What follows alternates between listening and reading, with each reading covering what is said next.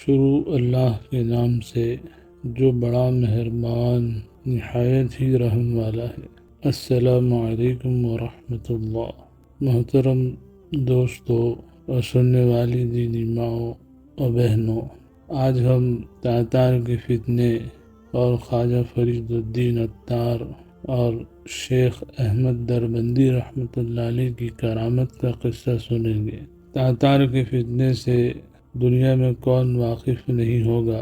یہ ایک ایسا دور تھا جہاں پر تاتاریوں نے اپنا ظلم اور ببریت دنیا کے ہر انسان پر ڈھار کی تھی، اور خصوصاً مسلمان پر۔ وہ اپنے زمانے میں مسلمانوں کو گاجر مولی کی طرح کاٹ کر پھینک رہے تھے۔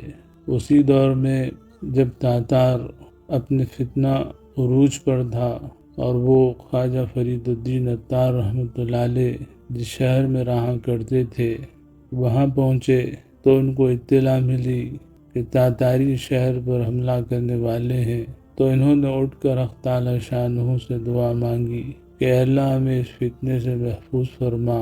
جو لشکر چلا تھا وہ راستہ بھول گیا اور کسی دوسری طرف کو جا نکلا۔ حق تعالی نے حضرت خواجہ فرید الدین رحمۃ اللہ علیہ کی دعا پر ان کے شہر والوں کو محفوظ فرما لیا، لیکن یہ فتنہ رکا نہیں رہا، بلکہ 1 سال بعد پھر اس شہر کا رخ کیا۔ اب خواجہ صاحب رحمۃ اللہ علیہ کو جب اطلاع ملی تو آپ نے دل میں ارادہ کیا کہ میں دعا مانگوں، مگر دوسرے ہی پل آپ کے دل پر الہام کر دیا گیا کہ میرے بندے، یہ میری مشیت ہے، تمہیں سر جھکانا ہی پڑے گا۔ پہلے دعا تم نے مانگی تھی، حق تعالی نے قبول کر لی، اب ہاتھ مت اٹھانا، یہ قضا اور قدر کے فیصلے ہیں، اسے ہو کر رہنا ہے۔ چنانچہ حضرت رحمۃ اللہ علیہ نے دعا مانگی۔ نتیجہ کیا نکلا کہ وہ تاتار آئے اور خواجہ فرید الدین عطار رحمۃ اللہ علیہ بھی انہی کے ہاتھ شہید ہو گئے۔ تو یہ مشیت خداوندی کو دیکھتے ہیں، اسی لیے اپنی زبان سے کوئی ایسی بات نہیں کرتے جو پروردگار عالم کے منشے اور ان کی مرضی کے خلاف ہو، ورنہ اگر ایسی بات نکل جائے یا دعا نکل جائے تو حق تعالی شانہ اپنے بندوں کی دعائیں رد نہیں فرماتا، ان کی دعاؤں پر دنیا کا نقشہ بھی بدل دیا جاتا ہے۔ اب یہ تاتار کا فتنہ رکا نہیں، بلکہ حضرت فرید الدین رحمۃ اللہ علیہ کے شہر سے نکلا اور شہر دربند پہنچا۔ جب وہ وہاں پہنچا، دربند کے علاقے میں ایک بزرگ رہا کرتے تھے، ان کا بھی نام تھا سید احمد دربندی رحمۃ اللہ علیہ۔ جب یہ شہر میں پہنچے تو مسلمانوں نے پورے شہر کو خالی کر دیا تھا، یعنی جب تاتار حضرت شیخ احمد دربندی رحمۃ اللہ علیہ کے شہر میں پہنچے تو ان کے خوف اور ڈر سے مسلمانوں نے پورے شہر کو خالی کر دیا تھا۔ شیخ احمد دربندی رحمۃ اللہ علیہ اور ان کے ساتھی خلیفہ، یہ 2 حضرات مسجد کے اندر بیٹھے تھے۔ تاتاری شہزادے نے کہا، پتہ کرو کہ اس پورے شہر میں کوئی زندہ بچا ہے۔ تو پتہ کرنے والوں نے پتہ کیا اور آ کر بتایا کہ 2 بندے ہیں مسجد میں بیٹھے ہوئے۔ تو شہزادے نے کہا تاتار کے انہیں گرفتار کر کے بیڑیاں پہنا کر میرے سامنے پیش کر دیا جائے۔ اب شیخ احمد دربندی رحمۃ اللہ علیہ کو اسی حالت میں پیش کیا گیا۔ تاتاری شہزادے نے پوچھا کہ تمہیں پتہ نہیں تھا کہ میں آ رہا ہوں؟ انہوں نے کہا پتہ تو تھا۔ تو پھر شہزادے نے کہا کہ جب سارے مسلمان یہاں سے چلے گئے تم کیوں نہیں گئے؟ انہوں نے کہا کہ میں اپنے گھر میں نہیں تھا، بلکہ میں اللہ کے گھر میں تھا، بھلا مجھے اللہ کے گھر سے کون نکال سکتا ہے؟ اس شہزادے نے کہا کیسی باتیں کرتے ہو، ہم نے تمہیں نکالا، ہم نے تمہیں بیڑیاں پہنائی اور ہم نے تمہیں مجرم کی طرح اپنے سامنے کھڑا کر دیا۔ وہ کہنے لگے یہ بیڑیاں کیا چیز ہیں؟ تاتاری شہزادے کو غصہ آیا اور کہنے لگا کوئی چیز تو ہے جنہوں نے تمہیں جکڑ رکھا ہے۔ جب شیخ احمد دربندی رحمۃ اللہ علیہ نے یہ الفاظ سنے تو اس وقت انہوں نے زور سے اللہ اور اللہ کے کلمات ادا کیے، بس اس کا ادا ہونا تھا کہ وہ زنجیریں زمین پر گر گئی اور زمین پر گر پڑی۔ جب یہ منظر تاتاری شہزادے نے دیکھا تو اس کے دل پر لرزہ طاری ہو گیا اور کہنے لگا، بس بس، آپ کو میں اجازت دیتا ہوں، آپ اس شہر میں سکونت اختیار کر سکتے ہیں۔ چنانچہ حضرت شیخ دیوبندی رحمۃ اللہ علیہ نے اس شہر میں رہنا اور سکونت اختیار کرنا شروع کر دیا۔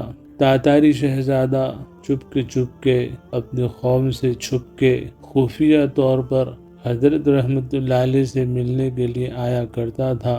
اب حق تعالی شانہ نے حضرت رحمۃ اللہ علیہ کے دل پر ان کی فراست کی وجہ سے ان کو یہ بتا دیا کہ ایک وقت آئے گا کہ یہ نوجوان شہزادہ پورے ملک کا حکمران بنے گا۔ تو حضرت رحمۃ اللہ علیہ کے جب دل پر یہ الہام ہوا تو انہوں نے اس شہزادے سے کہا کہ تم مسلمان کیوں نہیں ہو جاتے؟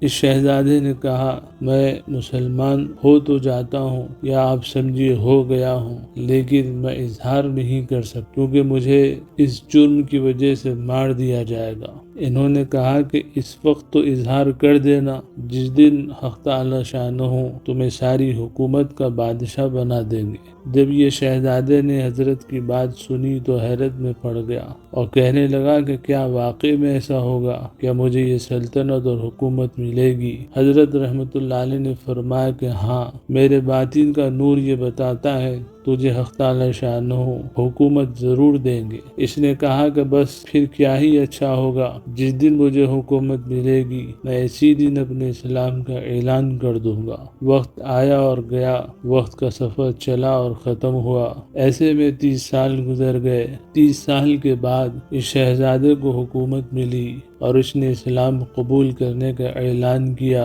اور پوری دنیا میں پھر خلافت مسلمانوں کے ہاتھ آ گئی۔ تو میرے دوستو، یہ اللہ والوں کا مقام تسخیر ہوا کرتا ہے۔ جس بندے کے قد و قام صرف 6 فٹ کے ہوتے ہیں لیکن اس جسم پر اللہ رب العزت کا حکم لاگو ہو جاتا ہے، اب اس بندے کی زبان سے جو کچھ نکلتا ہے حق تعالی شانہ اسے رد نہیں فرماتے۔ آپ نے دیکھا ہوگا کہ ایک ماں کو اپنے بیٹے سے محبت ہوتی ہے تو وہ بیٹے کی بات کو رد نہیں کرتی۔ ایک بیوی کو اپنے شوہر سے محبت ہوتی ہے، وہ اپنے شوہر کی بات کو رد نہیں کرتی۔ بس نہیں اسی طرح حق تعالی شانہ کو اپنے کسی بندے سے جب محبت ہو جایا کرتی ہے تو حق تعالی اپنے ان بندوں کی باتوں کو رد نہیں فرمایا کرتے، لیکن ہم نے ابھی وہ زندگیاں دیکھی کہاں ہیں، اسی لیے ہمیں اس کا اندازہ نہیں ہے۔ ورنہ جس انسان نے اپنے اوپر اللہ رب العزت کے حکم کو لاگو کر لیا وہ سکون پا گیا، دنیا و آخرت کی کامیابی اسے حاصل ہو گئی۔ محترم دوستو، امید ہے کہ ہماری آج کی یہ ویڈیو آپ کو پسند آئی ہوگی۔ امید کرتے ہیں ذرہ سے بھی اس ویڈیو میں کسی بھی حصے کو آپ نے پسند کیا تو ہمارے اس چینل کو سبسکرائب کریں، بیل آئیکن کو پش کریں، ہماری اس ویڈیو کو لائک اور اپنے دوستوں میں شیئر کریں تاکہ یہ قیمتی معلومات آپ کے دوستوں تک بھی پہنچ سکیں۔ السلام علیکم ورحمۃ اللہ۔